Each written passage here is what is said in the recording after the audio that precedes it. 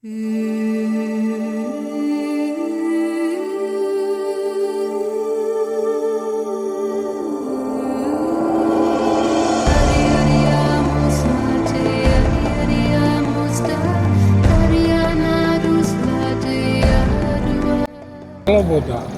To krásne slovo sloboda, v koľkých farbách ju svet videl, cítil, poznal jej plnú krásu.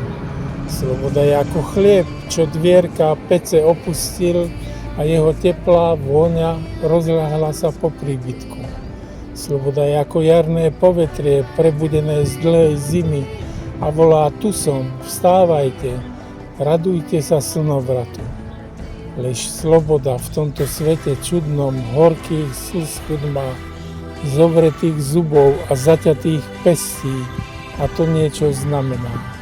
Verím, že príde raz čas, kedy každý svoju pravdu na váhy dať musí a naša pravda Hirošimy, Nagasaki či Stalingradu, Lidíc, Milaj či Osvienčimu, to vykúpené utrpenie iste zaváži, musí.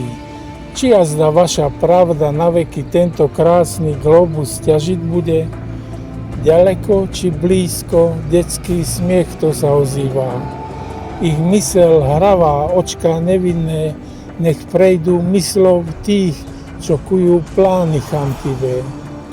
Váš rozum aj oči by už aj povedať chceli nie, ale srdce to ešte čaká, lebo nevidí cez vaše múry storočné, aký krásny je tento svet náš, svet miliónov tých, túžba ktorých privádza vás do zúfalstva.